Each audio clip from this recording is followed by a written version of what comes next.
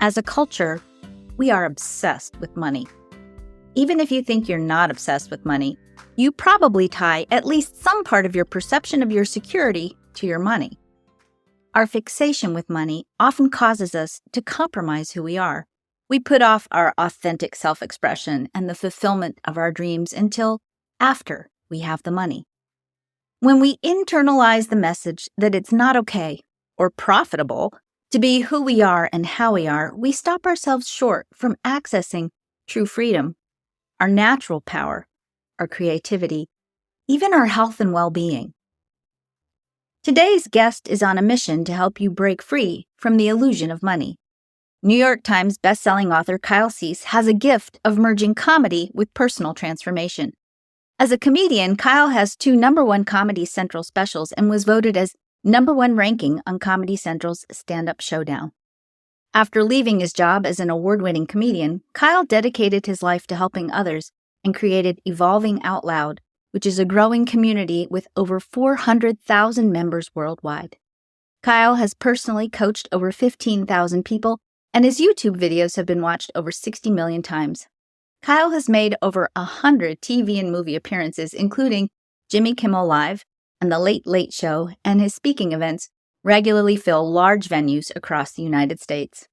I hope you enjoy this illusion-shattering conversation with Kyle Cease.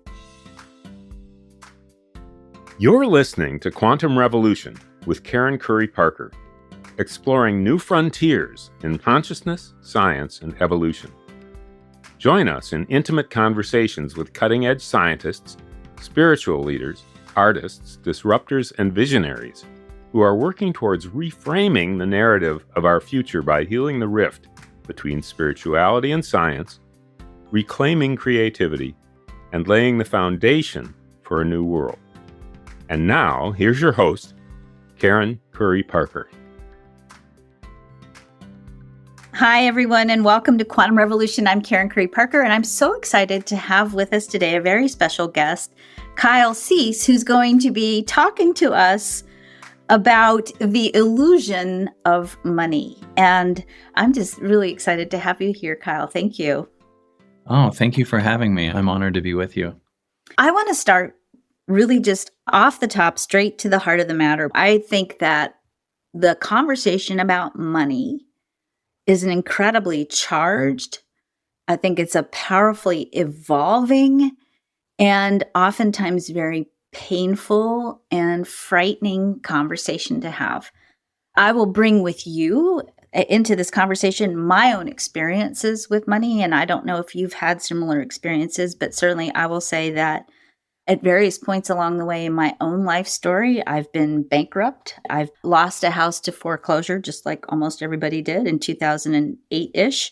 Shortly after my 5th daughter was born, 2 weeks after she was born, the repo man came and took my car. I was a full-time single parent at that point. I had to get up in the middle of the night and run in a nursing gown with a newborn baby in my arms down the street because I needed to get the car seat out of the car because I wouldn't have been able to go anywhere without a car seat. Money was a really powerful place for me to learn about myself, to learn about my value. And the curriculum that money brought me was not easy for many decades, I'll say. And so I want to open up this conversation with a compassionate perspective on this challenge, because I believe so many times when we have this conversation, especially when we start talking about manifesting or consciousness, it's presented in such a way that it's sort of click your heels together 3 times, think positive thoughts, and poof, money will happen. And I'm not saying that the formula for creation of financial support isn't simple, but it's definitely not often easy. So talk to us, Kyle, about what is the illusion of money, and what do you mean when you say that? Wow. Well, first of all, that book, I'm going to actually probably take this much deeper than just being at the level of money, because the more and more I do the work that I'm doing, I believe the stories that we hold are an illusion. I believe that the identities we hold are an illusion. There's so much more that's an illusion than money, but The premise boiled down to the illusion of money. The quickest way I could say it is that I believe very much that the more we chase something, the more we want something, actually, the more we're screaming, I'm not ready for it. It's something that completes me, which is a declaration that you're incomplete.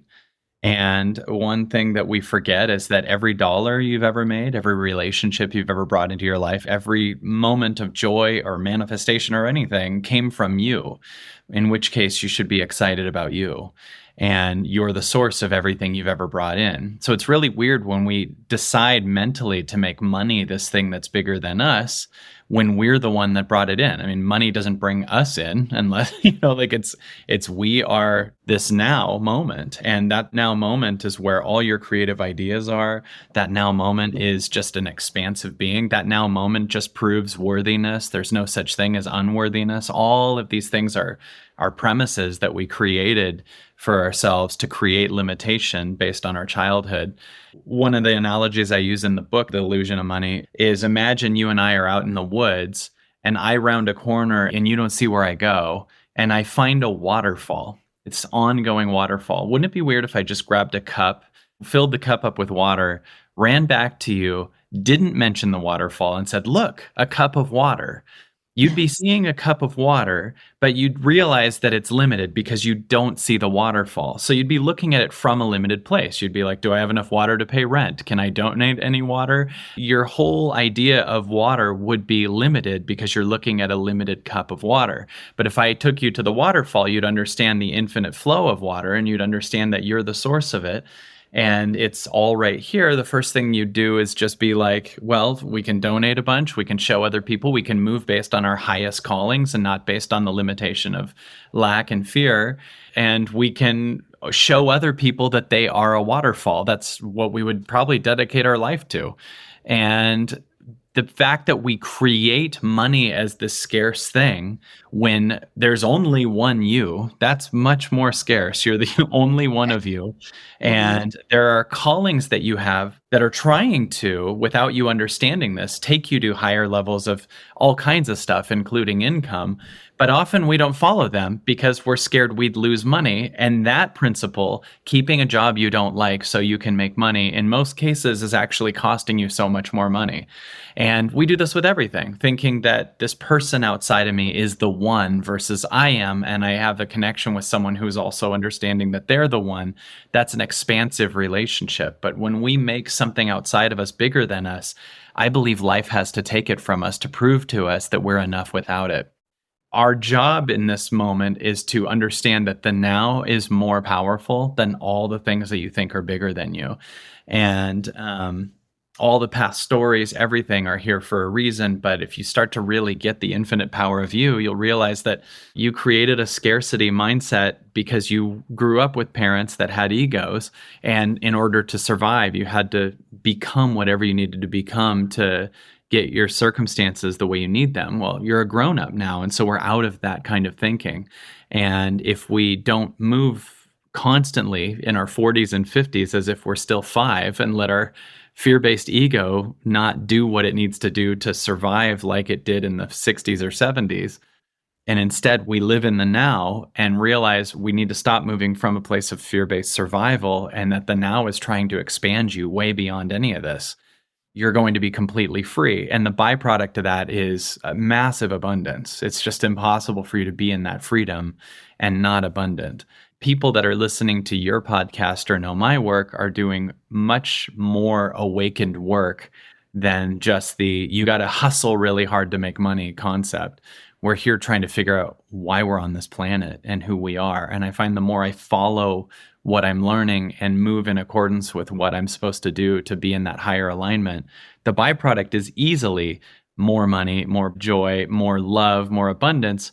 And ironically, the more you don't spend it on addictive things because you're so connected to yourself. So you also like cut spending dramatically because you're not in this egoic out of alignment place where you need alcohol and the shiniest cars and the, all these things to prove that you're something because deep down you don't think you are.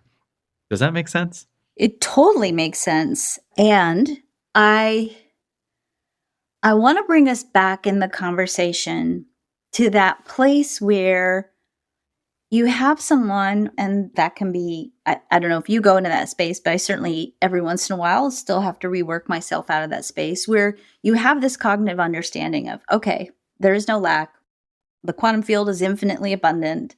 I have access to this. I can shift my perception. I can be in this now. I'm wildly inspired, but my daughter's tuition is due next week. Or in more dire circumstances, what if you don't have rent? Or what if you don't know where the next money for groceries is going to come? What do you do in those circumstances to keep growing towards that space of alignment, but to also get through where you are in that moment? Well, first of all, most of the work that I do is point out how many situations we're in that feel that dire, but aren't truly that dire. Meaning, like, if we're really talking down to you are starving and you're down to whatever you need to do to pay a bill so you don't become homeless, that's one thing. And I can address that as we go. But I think that we create that level of fear when we're not at that. And we start to realize in doing this work so much with so many people, I am catching that people that are scared of running out of money or being single even or anything else, it has nothing to do with the actual money. They think it does. I have yet to find a person that I can't do enough work to find out, okay, if I run out of money, that means I'm a failure or that means I'm shamed. And it brings up a pattern of trauma that they felt when they were a kid. So for instance, if you grew up with a parent that said money doesn't grow on trees or it's not that easy, for you to find the abundant side of you, that would be death of your entire connection to your parents, right? That would be the death of your whole childhood. That would be, you'd have to go through a major phase of loneliness. If you watched as your parents really struggled and made you believe the deep-rooted belief is money is not that easy, and for you to tap into your infinite, it would actually have to kind of kill through love your entire identity as who you are as a person who grew up broke and believes that. And so you let go of attachment to dad's identification with money, your grandma's identification with money. Now we're talking about people that came from the Great Depression, right? Who see money as a completely scarce thing. And I find that when people are like, I'm scared I'm going to not be able to pay rent, that is a symptom in almost every case of a deeper rooted issue. Because usually when someone says, I'm out of money, I don't think I'll have enough money to pay rent in 2 weeks, I usually go, okay, and what would that mean about you if that's the case? And usually that's where we go through either a block where we're hitting something or this complete revelation. That means that I'm not enough. And they usually attach not enough to something too, like abandoned or abused. Like if you were a kid and your mom said, you need to do this to become enough, and you don't do what they say, and then let's say you get hit or abandoned or they walk out on you or shamed, that's trauma. And so that trauma is stuck in the body. And the not being able to pay rent is actually a symptom of this deeper rooted thing.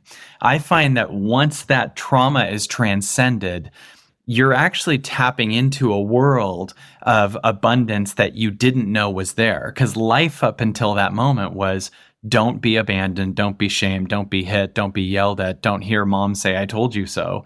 And life does what it can to get those traumas out of you. So a way to get you to finally pay attention to that is get you to a place where you're at $0 or get you to a place where you feel completely alone, because then finally you go inward.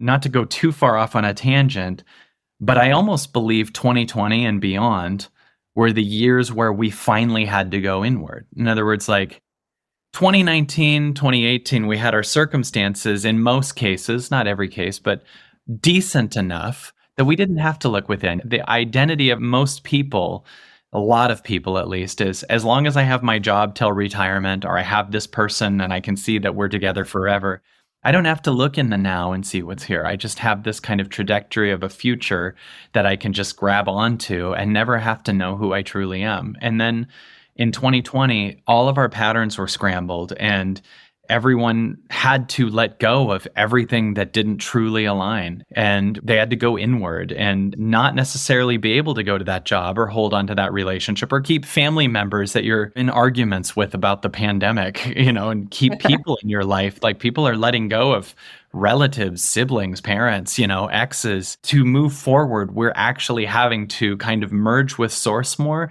and let go of everything that isn't our highest alignment. So it's kind of interesting because I think life was doing that with a lot of us. And sometimes life has to make us broke for us to find the infinite power of what we are, because up until then, we thought money was our God.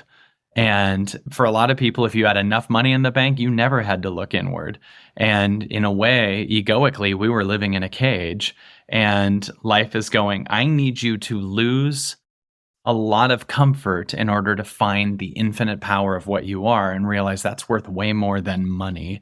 And weirdly, from that place, that higher frequency is worth a lot. It's worth way more. You move to a place where you realize you're not replaceable. Money is. And you want less and less too. Like you start purging things in the house and you want a smaller house and you fit around on a bike more than a car. And you start to you find God in this time. We've been making money our God, and the universe has to take it from us to get us to see that it's down to you and the actual universe, not, you're making leaps in your life so that you can make more money. We're really surrendering and saying to God, merge me with my soul no matter what the cost. When you access that place, money's not going to be an issue. I love that. Let's play out a scenario again. You're looking at, okay, rent's not here.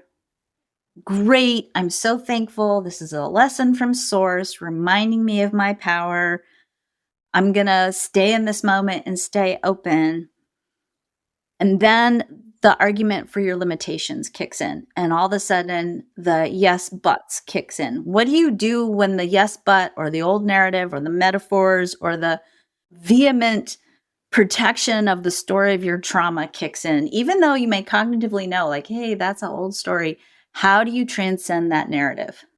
The big shift that has been happening for me and the clients that I've been working with in the last 3 years has been when a pattern comes up, a dark pattern, like I'm scared that I won't be enough. I'm scared that I'll fail. I'm scared that I'll be abandoned. What I have them do is get that, first of all, that's a pattern from the past. That's not you. You're the one sitting here in this moment. And what that pattern needs is to know that it's loved, even if that happens, even if they fail, even if they're abandoned. So I have them take a deep breath and I have them say to the pattern, you're allowed to fail in my body. You're allowed to be not enough in my body. You're allowed to be abandoned in my body. This exercise in itself moves them from being like the fear of abandonment. Like up until that moment, everything they were doing was to not be abandoned, not be shamed, not be whatever. And that's because that fear believes that if you fail or if you whatever, every person's is different. But if they do have that negative thing happen, if they are not enough, if they are whatever, then they are a failure, then they die, right? If they have that thing, then like, in other words, the ego associates that would be the end of the whole thing. If I fail, if I am not enough, I die. When you say to the pattern, you're allowed to fail in my body, you're suddenly bringing an unconditional love to the pattern that it's never heard before. And because it's not hearing resistance and it's hearing love, it ends up releasing itself in a lot of cases. But if you really think about it, the I don't want to feel abandoned is you at 5 years old. And that's what's trying to run your money life. Like it's you trying to, because you associate, if I run out of money, then I disappoint my mom. And you have a pattern in your body say you can't disappoint anybody. Or if I run out of money or if I don't have security, then whatever, my parents will divorce again. Like almost everything we're doing in most cases is to avoid a traumatic experience we felt before. And when you're a kid and you feel something traumatic, you actually create an alter ego to fix it. For instance, if you get hit because you got an F in school, you might create this major achiever that's achieving out of don't get hit. And now you call that you, but it's an alter ego identity. So when I work with people, I'm getting them to stop moving from that place and do it by seeing that place with the unconditional love of the now. And the goal is much more to be with the now and bring love to the patterns and thank them for helping you survive all the way up until now and understand you're at a much deeper consciousness now. And the deeper consciousness is trying to transcend all of these things that you're doing out of deep-rooted fear because you associate if that happens to death. But it isn't death, it's birth of your true life. If you can see the pattern from love and let it be there, it can be cried out. Then you become more than now. This will sound crazy, but I believe deep-rooted ambition is fear. A lot of I got to make something happen and achievement and motivation is so I'm not bullied again, or so I'm not made fun of by my mom, or so whatever. If we could bring a level of love and unconditional listening to that pattern and become the parent we never had for it, it starts to leave. You merge with the now. From the now, you move from a place of massive expansion. And you just find that from this place, like your joy is in the now, and it creates big time. And it also creates an income for you from all kinds of places you weren't willing to receive. For instance, some people have a pattern of, I got to do it all myself. And they only associate that the only way to make money is if you work really, really hard at a job. Well, you're overlooking other places. You could also have friends that are trying to gift it to you. You could have a partner that's trying to give it to you. That's also you manifesting it. You could have a tax issue where they suddenly give you money back. You could inherit it. You got to get open to money coming from so many places other than money. Like sometimes people will do trades or, whatever. There's so much abundance that you have. But people that end up broke in many cases, not all, are moving from a place of, I am not enough and money's bigger than me. So life has to prove to them that they're thinking that way and make them not enough so that they tap into the actual place. I'd love it if you would share with us, if you're able to do this, one of your greatest success stories with either you or your clients. Oh my God. I mean, there's thousands. We have thousands of emails from people trying to figure out the way if I should just answer that directly or if I should say this. Like, I also associate success as evolving much more than how much money do I have. I believe we measure success in relationships incorrectly. Most people think it's based on longevity. So they think they had a successful relationship because they were together 50 years or something like that. And many people that had 50-year relationships shut themselves off to keep that relationship going. And success to me is, did you grow? I have a ton of my own success stories I can tell you. I can tell you a lot of my clients too, but I guess I'll go to mine because I can walk you through everything in that. Yeah, go for it. I believe very much that we have higher callings show up. And a higher calling to me are these moments where you feel this almost opening like a portal that asks an open-ended question. Like, what if we ask that person out? Or what if we let go of this job? Or what if we wrote the book? Or what if I do nothing for a while? What if we go to Italy? These kind of questions that can't tell you what'll happen if you do it, but it feels like some kind of opening. Like, what if you do? Usually when those moments happen, they're followed by the ego's response, which is trying to keep you back in the old story. So it comes up with why you shouldn't, right? So this first voice will be like, what if we left this job right now? And then the second voice will come in and be like, yeah, but if we do, it'll usually come with a stupid reason. It'll be like, yeah, but if we do, we can't go to the Cheesecake Factory party next Thursday. And then the first voice is like, dude, if you'd learn to listen to me, it can't tell you this because it's trying to teach you to move based on real faith. But it's saying, if you learn to listen to me, you'd own all the Cheesecake Factories in a month, And the second voice is like, yeah, but they have those Thai lettuce wraps and I really want that. If you've ever stayed in a relationship longer than you truly wanted to, because you know that eventually the two of you were going to go camping, you know what I'm talking about. Like we ignore our callings. Like, I want to let go of this relationship. But at the same time, I already bought the tent and we have a campground reservation for 2 months from now. So I guess I'll hate them for 2 months and then hate them in the woods. This kind of thinking is what stops us from following this higher thing. And my life has been a massive amount of stories of leaping and following true portals and it almost changing reality for me. When I was a stand-up comic, there was a higher me that said, what would happen if you left this? Which was crazy because I, for instance, am someone who my dream was to be a stand-up comic. And I had 2 Comedy Central specials and did a lot of late night shows and toured as a comedian. I headlined most clubs in America and I did about 1,000 colleges and a ton of corporate parties and was a very successful comedian. And this higher me said, what would happen if you let go of stand-up comedy? And I was about to do a comedy club one week, and I felt this higher me say, what would happen if you just didn't go do it? And my mind could measure the certainty of, well, I'm making 3,000 to 5,000 doing every club every week and selling my CDs after the show, and I'm growing this business. I can't see how I would even make money if I let go. But I felt this thing in my body go, it feels better to let go of it. So one week I decided I'm done doing, I felt it wasn't a 10 for me anymore to do stand-up comedy in a club. Mhm. The following week, I felt this like freedom where I was now freer than my dream career. Like I was even bigger than my dream career. And that was a new paradigm for me. And from there, I could hear higher level thinking. And I remember hearing this voice go, what would happen if you combined comedy and transformation? And I remember my ego going, well, the way you want to do it, nobody's ever done that. And my soul was like, correct, no one's ever done that. I find the reason that you think you can't is usually the reason you have to. If you combine comedy and transformation, no one's ever done that. That sounds like a reason to not, but to me, it was a reason to. It would be my own field. I said, what would happen if I made videos for the people that booked me for colleges and made videos for them personally for the week and asked them if they would be interested in having me speak at the lecture circuit? And I had a friend of mine come out and film me while we made video after video. And on the videos, I would say, hey, this is Kyle Cease, and I had done a bunch of movies, 10 Things I Hate About You, and Not Another Teen Movie and stuff. And I said, this is Kyle Cease, and I'm interested in doing, this is a message for whatever, Diane Johnson at North Idaho University. I'm interested in doing your college as a lecture circuit.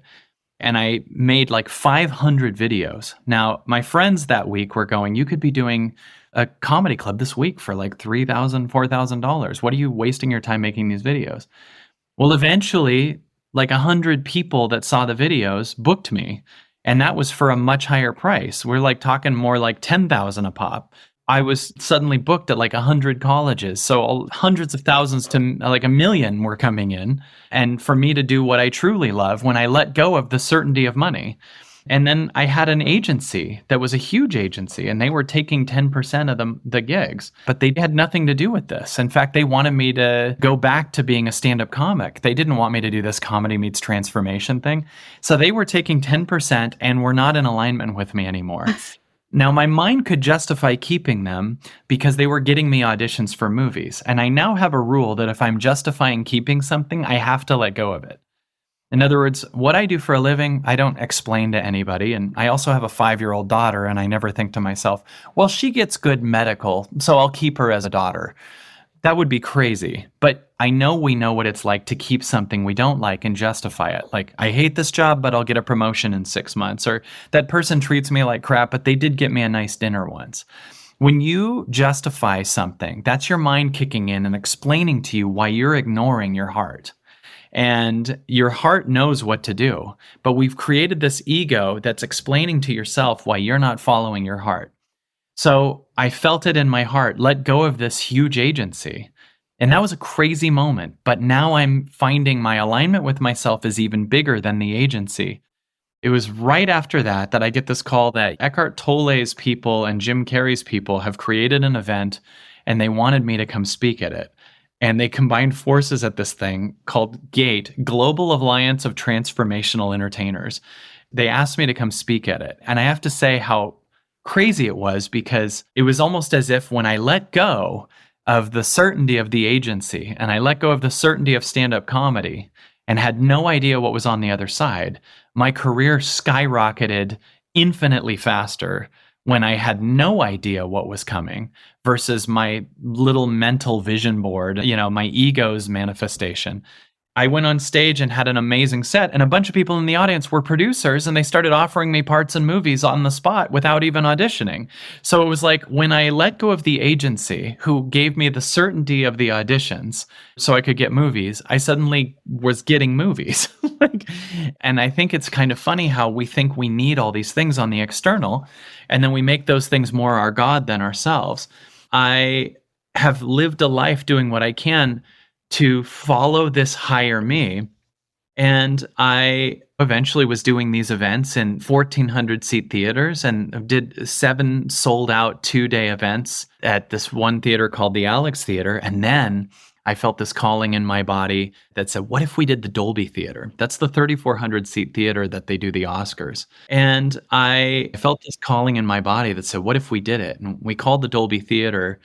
This was a couple days before another event at the Alex Theater, which was 1,400 seats. And we called the Dolby Theater and found out to rent it, it was a crazy 6-figure number.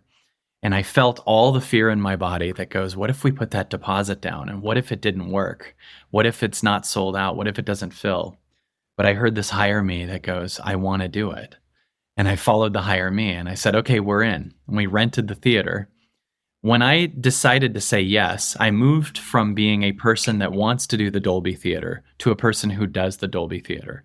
And when I went on stage at the Alex Theater that weekend, I was so in the pocket and excited and on a new frequency that I mentioned the next event being at the Dolby Theater.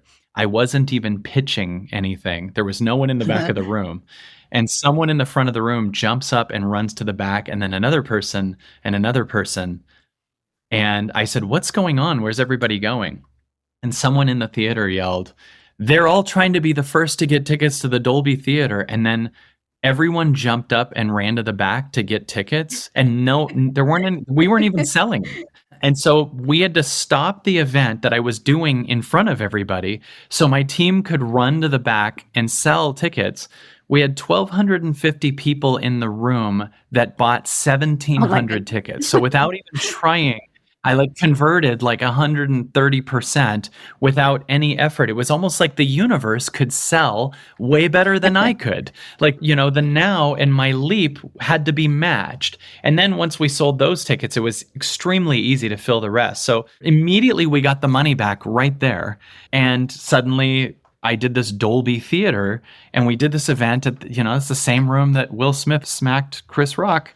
And and now that is a product on our Absolutely Everything Pass. And it's something that people can see. That's a giant 2-day event. That's all off the cuff where we shift people right there. And it's a $20 product that we've sold thousands of and has paid for itself and exponentially pays for itself over and over and over again.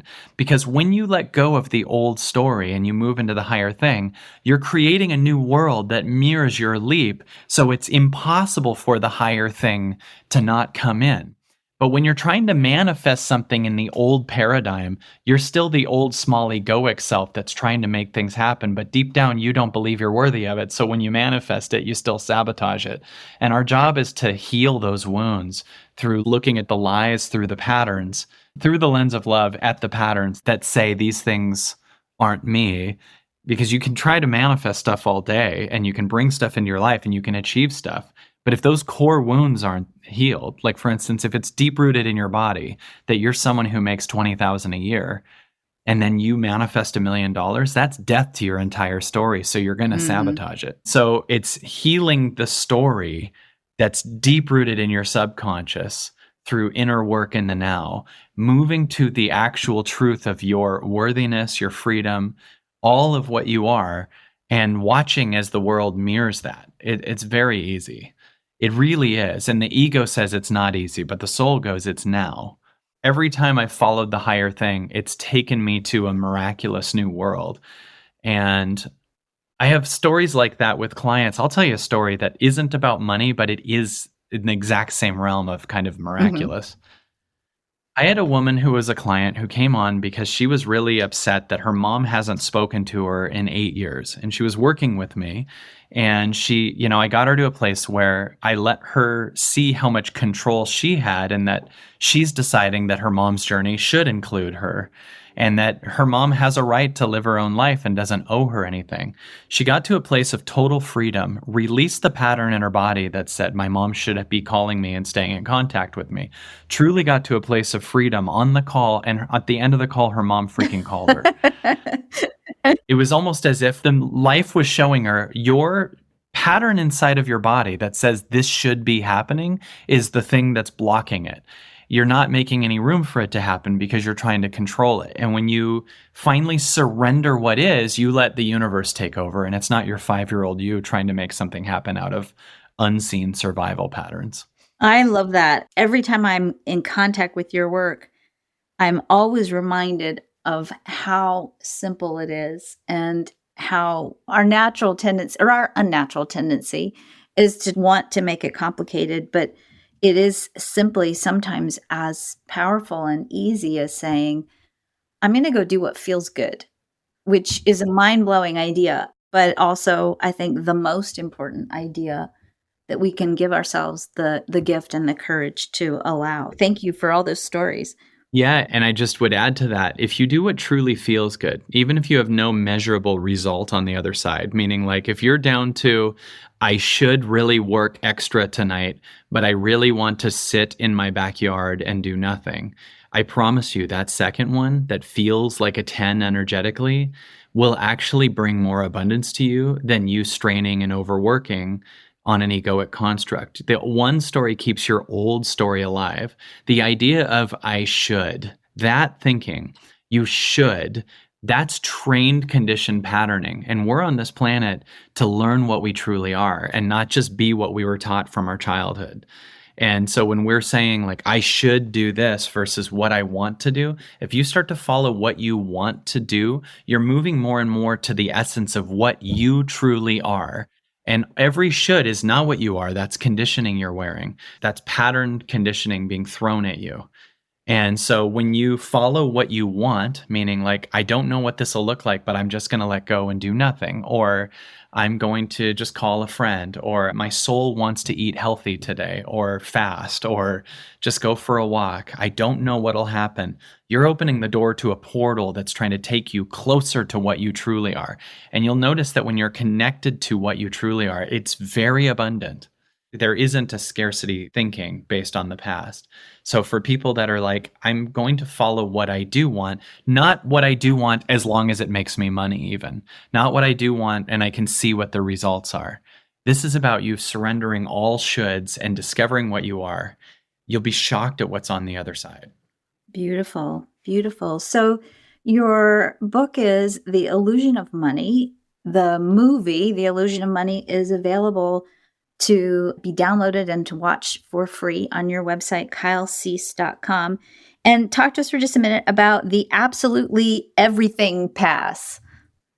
Yes. I'm very proud of the Absolutely Everything Pass. The absolute, why did it sound, maybe it's because you spaced it, but I'm like, the Absolutely Everything Pass. No, I don't even know what my thing's called. The Absolutely Everything Pass is my membership site, and it is insane. First of all, it has over 1,000 hours of back footage and events, talks of all kinds of stuff, shifting people. There's so much on it. But it's also, we do 5 to 7 or 8 probably live events every week.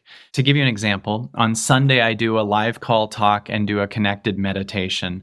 On Monday, we do this thing called It's Totally Possible, where people go into, this sounds like nothing, but it's so powerful. People go into a room on Zoom with another person, and you start listing all the things that are totally possible. Like imagine just looking at 2023 and being like, it's totally possible that I'm completely infinite. It's totally possible that I'm really healthy. It's totally, you speaking these things causes you to start to move in alignment with them. And these people are changing their life doing that. That's on Monday and Tuesday. On Wednesday, I bring people on and I answer questions. So I'm recording this with you on a Thursday. Last night, we did a talk where people were asking questions that were crazy and then all these flow-based answers. Friday and Saturday often are things like hot seats, where I bring someone on and literally shift them for an hour. And we get all kinds of lessons on everything, money, everything. And they're also a giant community of people. There's many people that have gotten married to other people on the Absolutely Everything Path and had kids, people that have become best friends. There are massive amounts of success stories because I believe the highest thing to work on is yourself. One of the things I talk about in the book, Illusion of Money, is I have a thing called A money, B money, and C money. A money is when you just buy something. It has no expansive value. In fact, it's kind of just addictive, like whatever. You're just buying something and you get the thing once, meaning like, you know, whatever, beer, or you drink Pepsi or whatever. And A money has a lot of hidden fees like dental and diabetes and everything else, right? B money is kind of the Robert Kiyosaki when you invest in something and make your money make money. So buying assets, your money in the stock market, your money in real estate, that's cool. I also have this thing called C money. C money is when you invest in something and it changes you. So a personal trainer is a C money thing. You getting a cabin for a month to go inward and listen to your highest truth is a C money thing. A nutritionist, you hiring an assistant to delegate that takes you to a frequency that's higher. The byproduct being you're so different and then way more money coming in. This is a C money investment. And the public pays, in most cases, $79 a month for the Absolutely Everything Pass. And for a year, it's $7.99. The last month, we opened up a thing that you can get it for a whole year for $299 if you type the passcode WATER in. And now, right now, I don't know, like 50 people a day are coming in getting that. It's a giant community of open-hearted people working on the truly most important thing you can work on. This is more important to me than being a dad. Working on me and bringing that into my dadness is much more effective than me working on the external.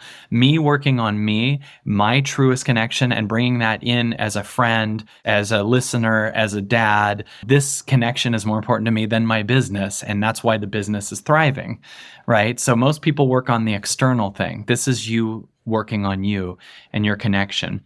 $299 is the price for it, and it will pay for itself over and over and over and over again. And it'll also pay for itself in not making bad decisions and not buying expensive things. You'll be with me on calls shifting. The ironic thing is to do one-on-one with me is more than 10 times the price of the year pass. And you'll probably be doing one-on-ones with me on the pass. So I love that. I love that. Kyle, thank you so much for joining us today. If you all want to learn more about Kyle's membership program and get access to the Absolutely Everything Pass, you can either visit Kyle's website, kylecease.com, where again, you can watch Kyle's movie, The Illusion of Money, or you can visit absolutelyeverything.tv.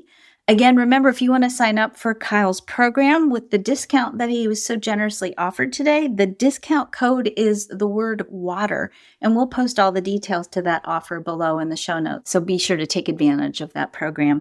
Kyle, I want to thank you so much for being here today, for doing this work that I think takes a tremendous amount of courage for you to bring to us this message that it's really not that hard. It's actually simple, and it's supposed to be joyful and fulfilling. And also bringing with us the message that I think every one of us needs to hear over and over again until we integrate it, not only on a cellular level in our own lives, but where we begin to integrate this concept on a collective level that you, each and every one of you, each and every one of us, is an essential part of the whole. And the most valuable and precious thing that we can do is to take care of ourselves and be in alignment with that path that only we can follow. You, each and every one of you, are a unique once in a lifetime cosmic event. That's part of what we teach over and over again in so many different ways. And that you, as this once in a lifetime cosmic event, have a unique role to play in this world that only you can play. And that role is a role that is designed to be supported by the universe because it's that important. So thank you, Kyle, for bringing us that message today. It's been an honor and a privilege to spend the time with you, and I appreciate you so much.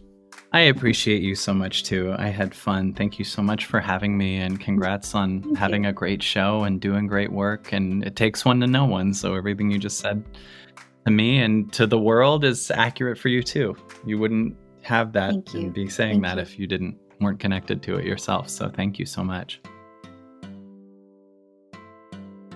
What if it was easy? What if you don't need to know how? What if all you have to do is be radically authentic and trust? Kyle Cease shares with us that money is one of the biggest excuses we give ourselves for why we can't follow our highest calling and step into what we're meant to become. If you want to be a writer, a painter, an entrepreneur, or anything else, but spend all your time working at a job you don't like just because it pays the bills, that's using money as an excuse to disqualify all your unlimited talents and creativity. I've seen it again and again when I work with clients. As soon as we begin to touch the edges of stories they tell about themselves, they start arguing for their limitations. The mantra, "I can't because," you fill in the blank here, runs their lives, and the pattern of the limitation repeats itself again and again and again. We argue for our limitations because we're conditioned by fear. What happens if we take a leap of faith and trust that everything will be all right? What happens if we let go and live as if our unique, vital, and irreplaceable role that only we can play in the cosmic plan is so valuable that fulfilling that role automatically creates the exact support you need to keep playing that role? If you stop arguing for your limitations, you'd start to see how it's all possible instead of impossible. There are a million different ways that we let our illusional set of limitations around money keep us from following the excited ideas and dreams that we have. And it might be costing you your life. Literally. Here's to you reclaiming that unique, vital, and irreplaceable role that only you can play. Here's to you breaking free from the illusions and stepping into the truth that you are inherently valuable because you exist. And to tap into that value, all you have to do is be the person you were born to be. Want to learn more about remembering the truth of who you are? Visit www.quantumalignmentsystem.com and get your free quantum human design chart and start living your life as yourself without hesitation and without limitation. I'm Karen Curry Parker. Thank you for joining me for Quantum Revolution. Thank you for joining us on Quantum Revolution with Karen Curry Parker. For more information on how to change your world and to hear more about our guest today, visit quantumrevolutionpodcast.com. Make sure you follow us on your favorite podcasting platform so you don't miss a single episode of Quantum Revolution. We'll see you next time for some more groundbreaking conversations with Karen and her guests. How will you impact your world today?